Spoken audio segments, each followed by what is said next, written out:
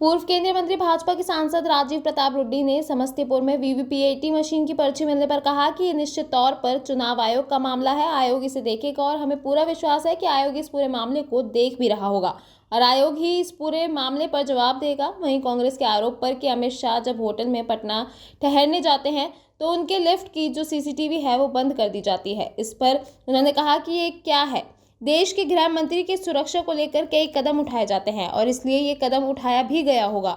हमें पूरी जानकारी नहीं है। उन्होंने कहा कि अच्छा रहता कि कोई राजनीतिक सवाल उठाया जाता, लेकिन ये लोग हताश हैं, निराश हैं। हमारी आधी सरकार बन गई है, आधी सरकार हमारी 11 तारीख को बन जाएगी। अमित शाह के बयान पर कि 160 सीट हम लोग जीत रहे हैं, उन्होंने कहा कि 11 के बाद ये संख्या बढ़ सकती है। तो ये तो चुनाव आयोग को जवाब देने की आवश्यकता है। और आप समझ रहे सराय रंजन को किनका क्षेत्र है, विजय चौधरी जी का क्षेत्र है, जो नीतीश कुमार जी का बहुत ही नज़दीकी है, सरकार में पावरफुल व्यक्ति है। तो निश्चित तौर पे अगर गड़बड़ी अगर वहाँ पे दिख रहा है तो निश्चित तौर पे गड़बड़ी है और उसी अनुकूल कई ऐसी जगह हो सकता है गड़बड़ी। तो इसको तो चुनाव आयोग को जांच करने की आवश्यकता है। इसमें मोदी जी जब आएंगे या अमित शाह जी आएंगे तो उनसे आप लोग सवाल कीजिए भाई कि आखिर ये क्या मामला है।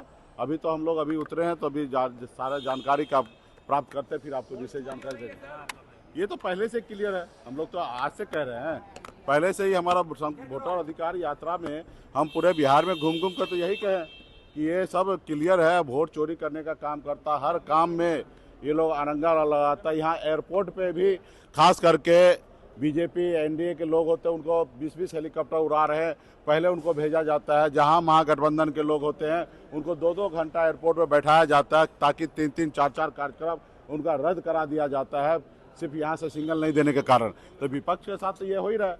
आज भी हमारे 3 कार्यक्रम 4 कार्यक्रम जो है रद्द हुआ है। रोनी सैदपुर का कार्यक्रम रद्द हुआ, पिपरा का कार्यक्रम रद्द हुआ, हमारे मधुबन का कार्यक्रम रद्द हुआ है, गोविंदगंज का कार्यक्रम रद्द हुआ। और ये 2 घंटा 3 घंटा यहाँ पे बैठा देता है, जानबूझ के विपक्ष को परेशान कर रहा है। तो हर चीज़ जो है भारत सरकार मोदी जी कंट्रोल में ले लिया है। इस देश में लोकतंत्र खत्म हो रहा है। अभी आप लोगों के पर ही सहारा है, देश के जनता के ऊपर सहारा कि यही लोग अभी कुछ कर सकते हैं।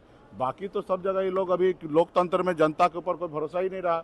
जैसे तैसे पैसा खर्चा करके जितना जो हो सकता है फर्जीवाड़ा करना वो सब कर रहे हैं। अभी हम लोग कर ही क्या सकते हैं, हम लोग लड़ेंगे और उसके अलावा और कर ही क्या सकते हैं। अब बताइए, देश के प्रधानमंत्री जी हैं, 11 साल से देश में प्रधानमंत्री हैं, बिहार में कितना फैक्ट्री लगा है उस पर उनको चर्चा करना चाहिए।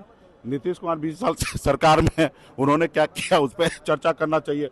अब ये कट्टा, गाना, बंदूक, पिस्टल, ये सब अगर बात कर रहे हैं, कभी मछली, कभी पकौड़ा, मंगलसूत्र, तो गाय भैंस सब बात करेंगे, फिर युवा के बारे में क्या सोचेंगे। अभी आपने देखा विजय सिन्हा ने अपने गार्ड को कह रहा कि मार दो गोली जनता को। तुम लोग अगर गोली नहीं चला सकते तो काहे के लिए मेरे बगल में खड़े हो।